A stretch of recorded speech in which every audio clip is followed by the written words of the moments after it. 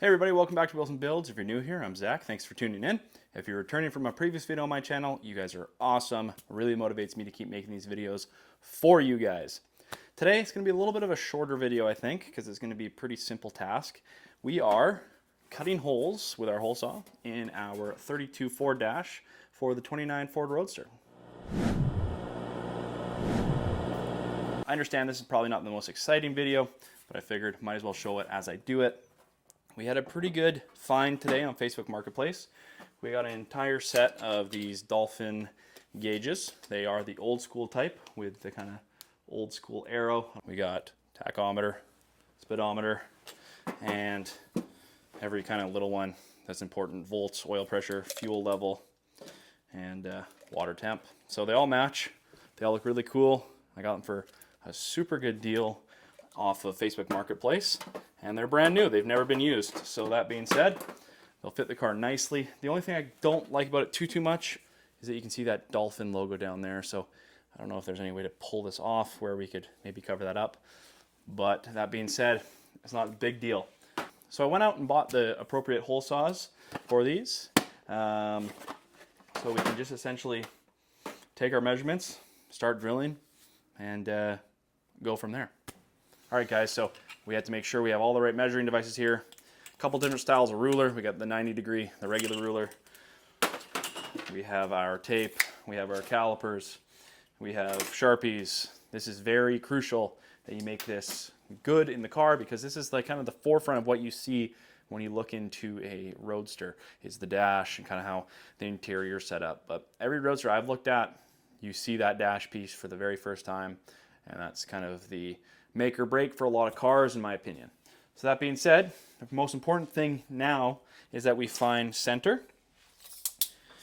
So measure across here. We have 41.5. So that is 20 3/4. So make the mark there.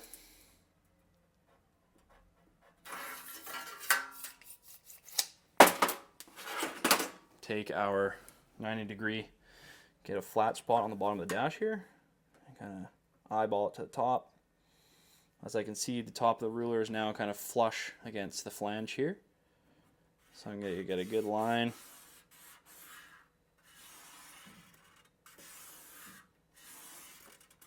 Okay, simple.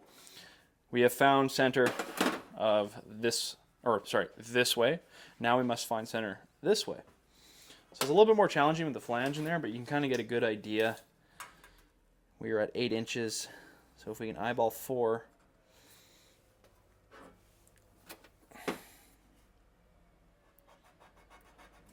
But then if you look at that, that doesn't very much look like center because we're measuring off here to here. So it's important to find a good mark underneath the flange here and measure down. That being said, I'm just going to go to the top of the line that we made and kind of where it starts scooping up, we'll call that. So I'm going to grab it off there.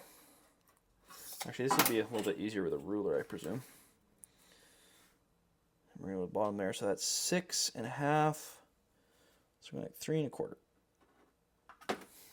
So, as you can see, we have a more accurate center now. And we can measure from bottom here to top of there, and it should come out to the same measurement.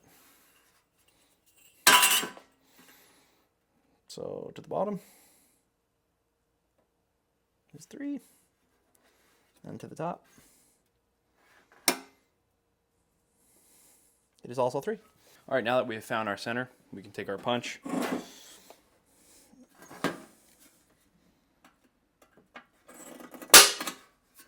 Perfect. And now we have a good mark for when we want to drill that first guide hole. But now we have to figure out how we want to configure our gauges. So this is really important because, you know, some people, they have them stacked 1, 2, 3, 4. Some people have 1, 2. Some people have 1, 2, 3, 1. Just relies on importance of how you want to look at your gauges and so on and so forth. For me, for example, I want to have it all even. So I'm going to put this speedometer dead center in the middle. A lot of people, you know, if you're running the speedometer and the tachometer, would have those kind of adjacent to each other in the middle. And then the really important part is finding how close you want the gauges. So, you know, do you want half an inch or a quarter, half, an inch? You know, there's a lot of different kind of variables you have to play with when you're trying to make your dash look really good. So I definitely want my water temperature and oil pressure. Those are important to me. So those will definitely be going on.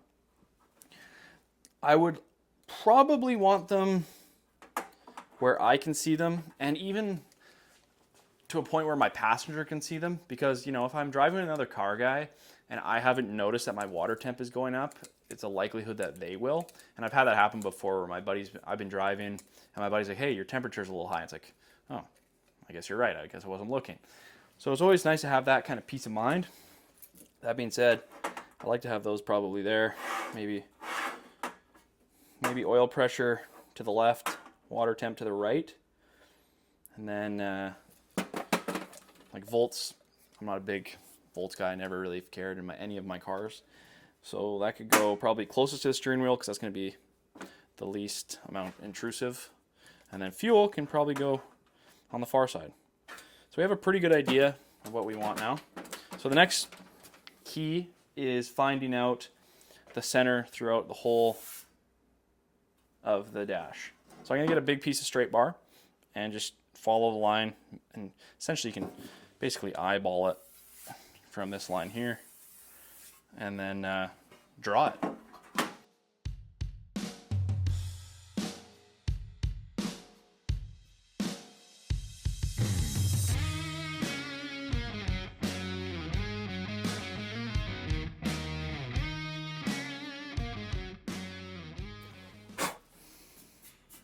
All right, our first pilot hole is done.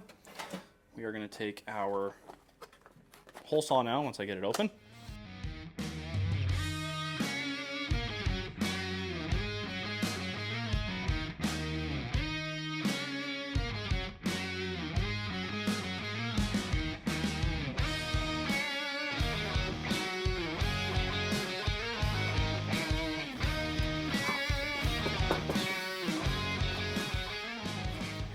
Okay, I don't think this is going to fit because I chose the hole saw that's the exact same size as this because they didn't have anything else.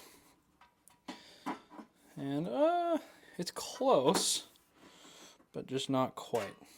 So I'm going to take my Sharpie. I'm just going to try and draw an even, usually the felt part of the Sharpie, if you just run it along the edge. So we've drawn our line. We need to kind of get around. So we'll take the die grinder, try to get as little as material off to make it fit. But, you know, we don't want it too snug where it's going to be a pain to get in and out. So that being said, I'm going to try and now get as little off as we can.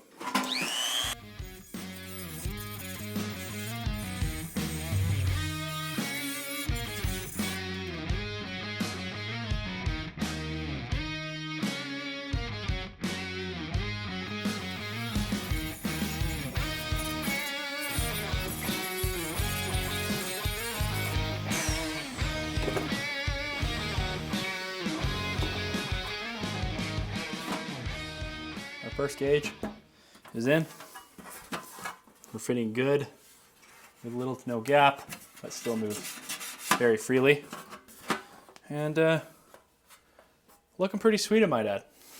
So now we have a bit better of idea for spacing because we got the bezel kind of mounted flat on there. So we can take the other bezel and just go upside down. And essentially we want the on that half-inch mark.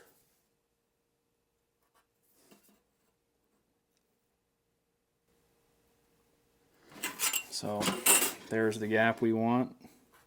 And then we are going to mark, find center here. Mark the other side. And then we just have to find center of these 2 points.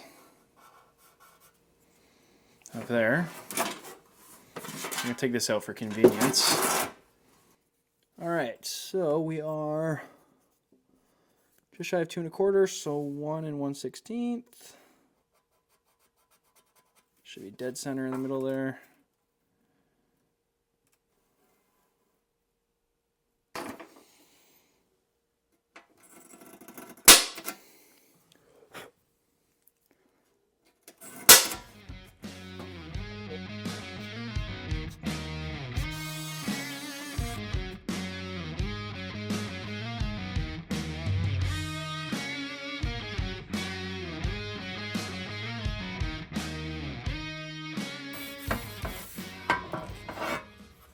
Okay, it gets a little easier now that we have 2 gauges in, because now we know the gap that we like.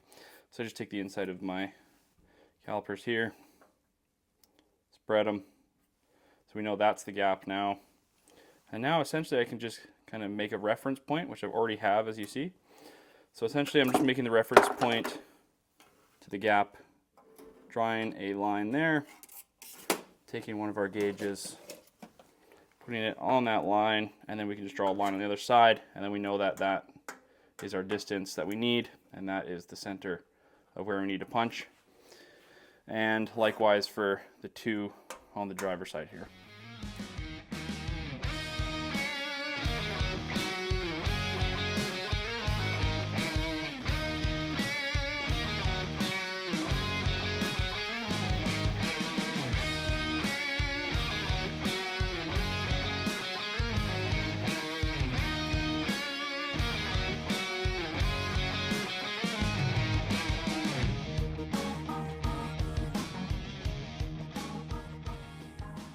All right, now we got all the holes set up.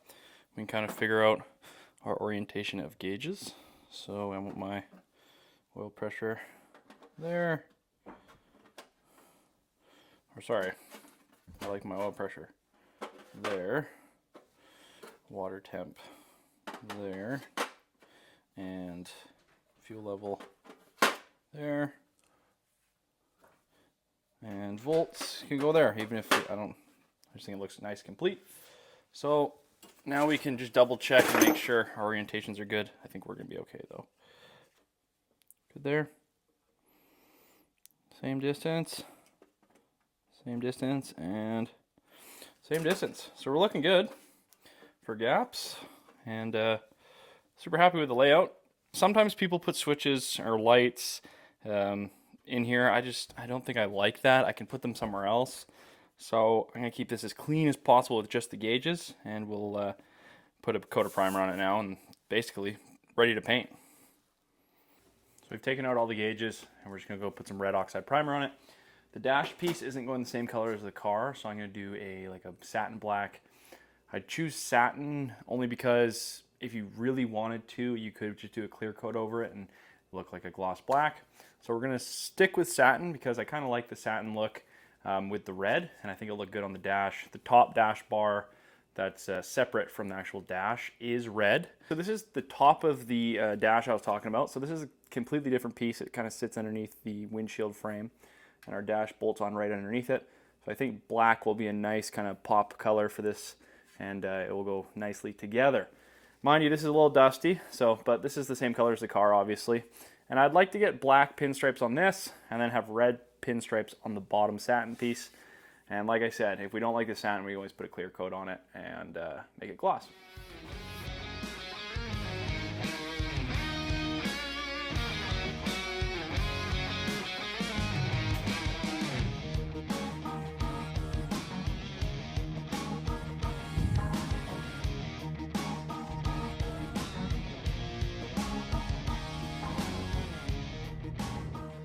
Alright, so I pulled the gauges back out. I'm just checking the paint. It has a little bit of dust since I've put the gauges, and so there's little dust specks here and there, but not a big deal.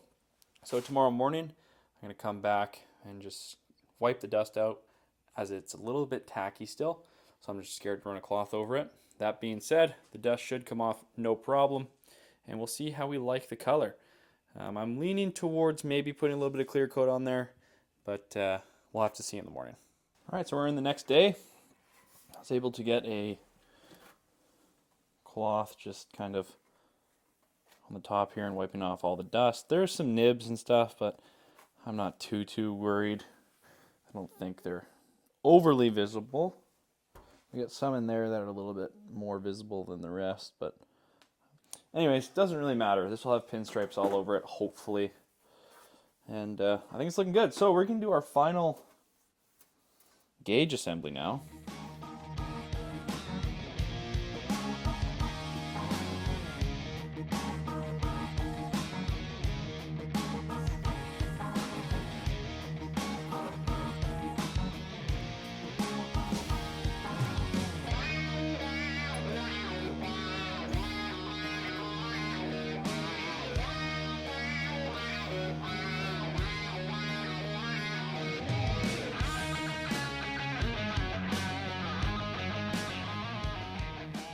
Alright guys, so there's a little bit of a sneak peek of the dash and the color combo we'll be using on the 29. Super happy how it turned out. Super happy about the gauges. They look really good in my opinion. Hopefully they do in yours as well. But I'm going to call the video there because there's nothing really left to show you on installing gauges and putting it in the car. I mean, I'm missing a few bolts along the top here, but that will come later. This is going to come right out again so I don't damage it in any way.